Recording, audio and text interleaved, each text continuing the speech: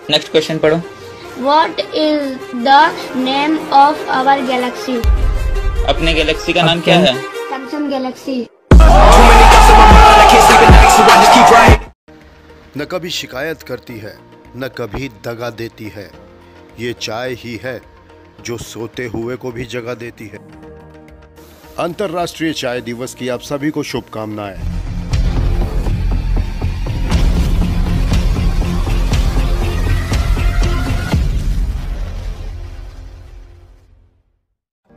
ये चांद भी बड़ा सितम ढाता है। बचपन में मामा, जवानी में सनम नजर आता है।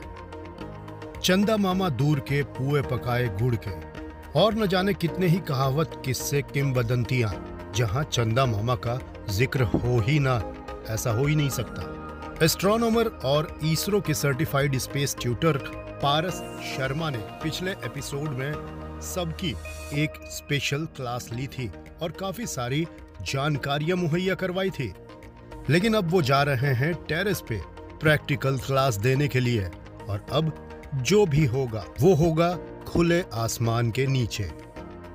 तो आइए आप भी बनिए इस अद्भुत सफर के साक्षी। फिर 20, फिर 30, तो लगभग 30 की तो साइकिल यहाँ पे कहीं देखोगे ना आप, तो यहाँ पे आपका नॉर्थ स्टार आएगा। उससे अगर आप पूरा नीचे करके आओगे, लेकिन अभी क्लाउड से दिख नहीं रहा ना। अब आपको यहाँ पे एक स्टार दिख रहा है, इस स्टार का नाम है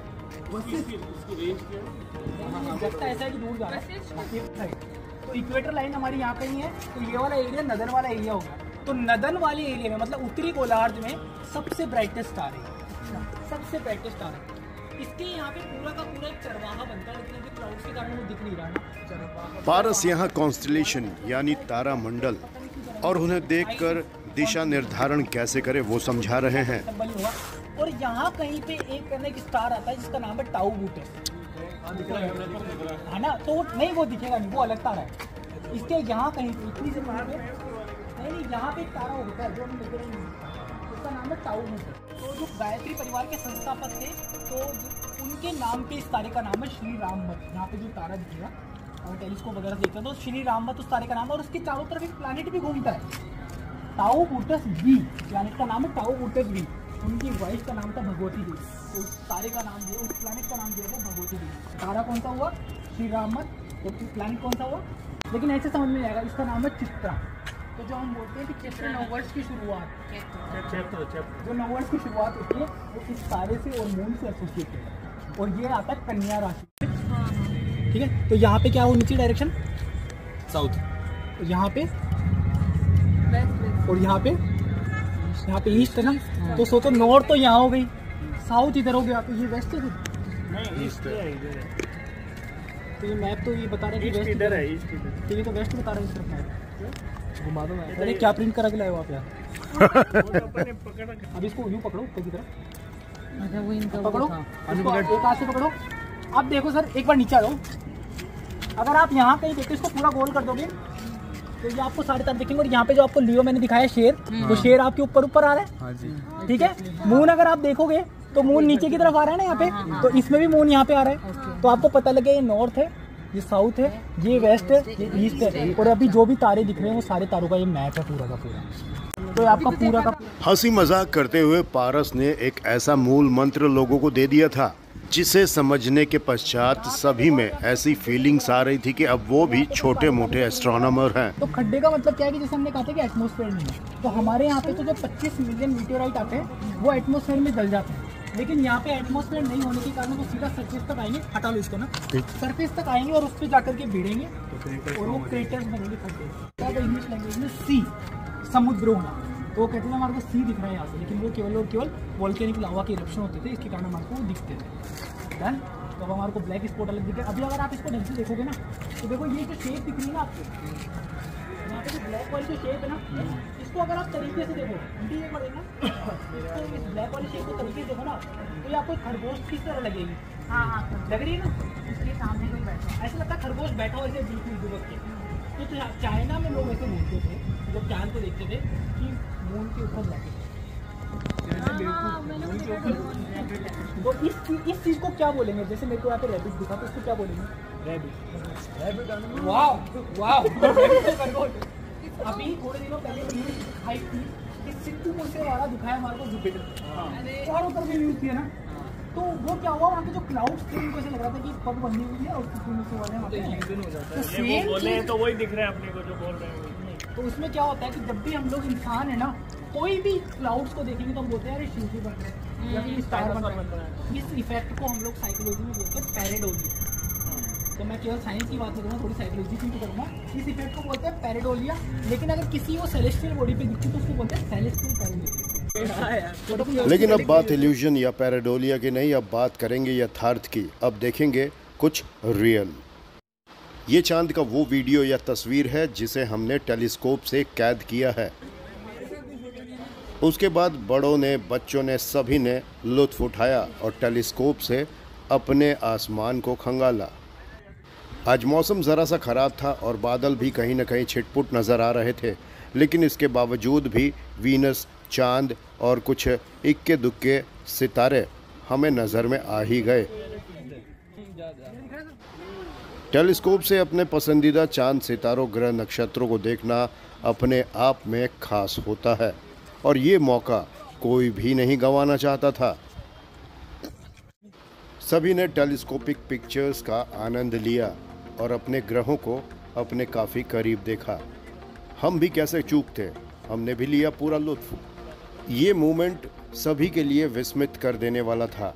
कुछ लोगों के लिए ये लम्हा पहली बार था कि जब वो टेलीस्कोप से कुछ देख रहे हों, लेकिन ये भी काफ़ी पेचीदा होता है क्योंकि टेलीस्कोप को अलाइन करो और धीरे धीरे थोड़ी देर में वो सितारा या ग्रह अपनी जगह बदल लेता है, तो बार बार इसे अलाइन करना भी थोड़ा मुश्किल होता है।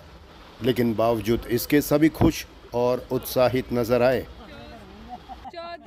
वाकई हम बहुत भाग्यशाली हैं और हम धन्यवाद देते हैं पारस का, तन्मय अमेजिंग स्पेस का।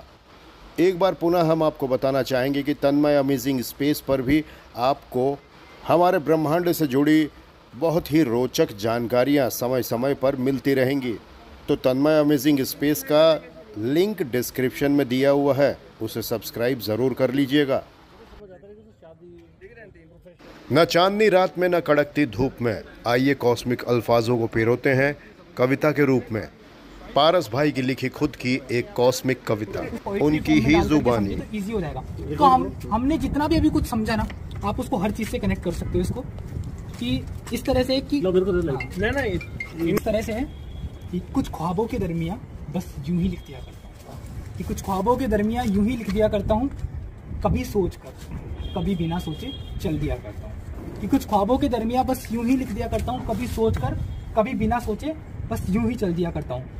कभी ध्रुव से तो कभी अभिजीत से दिशा माप लिया करता हूँ, कि कभी ध्रुव से तो कभी अभिजीत से दिशा माप लिया करता हूँ। सहस्त्र वर्षों का समय मैं यूं ही माप लिया करता हूँ। जो मैंने आपको कहा था 26,000 साल का समय, तो सहस्त्र वर्षों का समय मैं यूं ही माप लिया करता हूँ। मृग देख कर शीत, जैसे मैंने आपको कहा था एक पर्टिकुलर कॉन्स्टलेशन दिखेगा तो एक पर्टिकुलर सीजन होगा। कि मृग देख कर शीत तो हंस देख कर ग्रीष्म मान लिया करता हूँ, कि मृग देख कर शीत और हंस देख कर के ग्रीष्म मान लिया करता हूँ। हर वर्षा में मैं सिंह को देखना चाहता हूँ, कि हर वर्षा में मैं सिंह को देखना चाहता हूँ। मैं भेड़ से, यहाँ वसंत ऋतु का वर्णन है कि भेड़ जब दिखे मेरे को, कि मैं भेड़ से पीले फूल मांगना चाहता हूँ, कि मैं भेड़ से पीले फूल मांगना चाहता हूँ। कर्क और मकर के बीच का, कि कर्क और मकर के बीच का ये फेरा समझना चाहता हूँ, कि जो हमारे सीजन आते हैं, क्योंकि sun tropic of Cancer, tropic of Capricorn की तरफ जाता है, तो कर्क और मकर के बीच का ये फेरा समझना चाहता हूँ। सूरज की दशा, कि सूरज की दशा हर दिशा में समझना चाहता हूँ, कि सूरज की दशा हर दिशा में समझना चाहता हूँ। कि हर कला को मैं शुक्ल या कृष्ण की तरफ ले जाता हूँ, कि हर कला को मैं, कला का मतलब होता है फेस जो चांद की होती है, आधा या जिस तरह का है, कि हर कला को मैं शुक्ल या कृष्ण की तरफ ले जाना चाहता हूँ। हर नक्षत्र पर मैं एक नई तिथि मनाना चाहता हूँ, कि हर नक्षत्र पर मैं एक नई तिथि मनाना चाहता हूँ। जो 27 नक्षत्रों की बात थी उस पर लिखा है कि 27 पुत्रियों के घर में, कि 27 पुत्रियों के घर में तेरा आशियाना देखना चाहता हूँ। कि चांद जो 27 नक्षत्रों में, तो राजा दक्ष की 27 पुत्रियां, तो 27 पुत्रियों के घर में तेरा आशियाना देखना चाहता हूँ। मका की बाधा बनने पर, कि जैसे कल धरती बीच में आ गई थी चांद के और सूरज के, तो चांद पे ग्रहण लगा, तो धरती को मैंने कहा है कि मका की बाधा बनने पर तुझ पे ग्रहण भी देखना चाहता हूँ। कि चांद को कि मका की बाधा बनने पर तुझ पर ग्रहण भी देखना चाहता हूँ, जहां कहीं भी बादल रहित देखता हूँ, कि जहां कहीं भी बादल रहित देखता हूँ वहीं यंत्र लगा करके ब्रह्मांड को खोजता हूँ, कि जहां कहीं भी बादल रहित देखता हूँ वहीं यंत्र लगाकर ब्रह्मांड को खोजता हूँ। जैसा मैंने कहा कि परछाई बहुत मतलब अपने शब्दों को बयां करती है कि परछाई की दिशा देखकर, कि परछाई की दिशा देखकर मैं समय का निर्धारण करता हूँ, जो विचलन हो उसमें। तो मैंने कहा था कि हमारी अर्थ जो है वो झुकी हुई है, जो विचलन हो उसमें तो मैं खुद को झुका मानता हूँ, कि अपनी दूरी पर झुकी हुई है, कि जो विचलन हो उसमें तो मैं खुद को झुका मानता हूँ। है सूरज मैं तुझसे हर क्षण ऊर्जा चाहता हूँ, कि है सूरज मैं तुझसे हर क्षण ऊर्जा चाहता हूँ। बात ऐसी कि अभी हम लोग कहाँ पे, अर्थ पे, तो आने वाले टाइम पे चाहते हैं एलन मस्क कि हम लोग जाए मार्स पे। तो है सूरज मैं तुझसे हर क्षण ऊर्जा चाहता हूँ। मुला का मतलब होता है लेकिन, मुला 8 कदमों की दूरी 13 में करना चाहता हूँ। जो लाइट आने में 8 मिनट लगती है वो 13 मिनट लगेगी, कि मुला 8 कदमों की दूरी 13 में करना चाहता हूँ। बहुत बहुत धन्यवाद। क्या बात है। और मैं चेहरा देखकर इंसान की फितरत जान लिया करता हूँ, छोटा हो या बड़ा मैं सबसे ज्ञान लिया करता हूँ। ऑब्जर्वेबल यूनिवर्स यानी जिस ब्रह्मांड को हम अब तक खंगाल पाए हैं, या ब्रह्मांड की वो सीमा जहां तक प्रकाश हमें नजर आता है, जहां का प्रकाश हमने अब तक ग्रहण किया है, या फिर यूं कहें कि ब्रह्मांड का वो छोर जहां तक हमारे साइंटिस्ट अब तक पहुंच पाए हैं। ब्रह्मांड आपकी सोच से भी बड़ा है। अभी तक यूनिवर्स की जिन सीमाओं को हमने ऑब्जर्व किया है या जिसके बारे में पता लगाया है, वो 93 बिलियन लाइट ईयर्स तक फैला हुआ है। लाइट ईयर यानी प्रकाश वर्ष। प्रकाश वर्ष कहते हैं प्रकाश द्वारा एक वर्ष में तय की जाने वाली दूरी को, क्योंकि लंबी दूरियों को ब्रह्मांडीय पैमाने पर मीटर्स किलोमीटर्स में नहीं नापा जाता। इन्हें एस्ट्रोनॉमिकल यूनिट या फिर प्रकाश वर्ष के तौर पर देखा जाता है या मापा जाता है। हमारे इस ऑब्जर्वेबल यूनिवर्स में 200 बिलियन से भी ज्यादा गैलेक्सीज हैं। इसी भीड़ में हमारी प्यारी मिल्की वे गैलेक्सी भी बसती है। इस अकेली मिल्की वे गैलेक्सी में बिलियंस ऑफ स्टार सिस्टम है, जिसमें एक है हमारा सौर परिवार यानी कि हमारा सोलार सिस्टम, जहां हमारी पृथ्वी सोलार सिस्टम के स्टार सन को अपने हैबिटेबल जोन में रहते हुए ऑर्बिट करती है, जिसके कारण हमारी पृथ्वी पर ऋतुएं और वातावरण मौजूद है और जिसके कारण हम यहाँ रह सकते हैं। ये है हमारी प्यारी पृथ्वी और ये है उसका आकार अपने अभिभावक तारे के सामने। ये मार्स की जमीन से ली गई पृथ्वी की तस्वीर है। ये पृथ्वी की वो तस्वीर है जो वॉयेजर 1 ने खींची है, वो भी तब जब वो 6 बिलियन किलोमीटर्स दूर था पृथ्वी से। अब तो वो और भी ज्यादा दूर चला गया है। ये युवा स्कूटी के सामने जो छोटी सी बिंदु आप देख रहे हैं वो है हमारा सूरज और ये है हमारी मिल्की वे गैलेक्सी। और ये जो छोटा सा पीले रंग का घेरा नजर आ रहा है ना, उसी घेरे में हमें हमारे रात के दिन के तमाम सितारे जो नजर आते हैं वो उतने से घेरे में हैं। और ये जो नजर आ रहा है वो है IC 1101 Galaxy. 6 million light years तक वाइड है ये गैलेक्सी और उसके ऊपर जो छोटा सा बिंदु नजर आ रहा है वो है हमारी मिल्की वे गैलेक्सी। और इस ऑब्जर्वेबल यूनिवर्स में 2 ट्रिलियन से भी ज्यादा गैलेक्सीज हैं हमारी मिल्की वे जैसी। यानी अब आसानी से आप समझ सकते हैं हमारी धरती, हमारा सूर्य, हमारी गैलेक्सी कितने बड़े हैं और कितने अदने से नजर आ रहे हैं। और इन्हीं भीड़ में कहीं हमारी छोटी सी एक पिन होल जितनी अर्थ, और उस अर्थ पे हमारी बिसात ही क्या है। तो अगली बार कभी टेंशन हो तो एक बार फिर से इस पैमाने को याद जरूर कीजिएगा।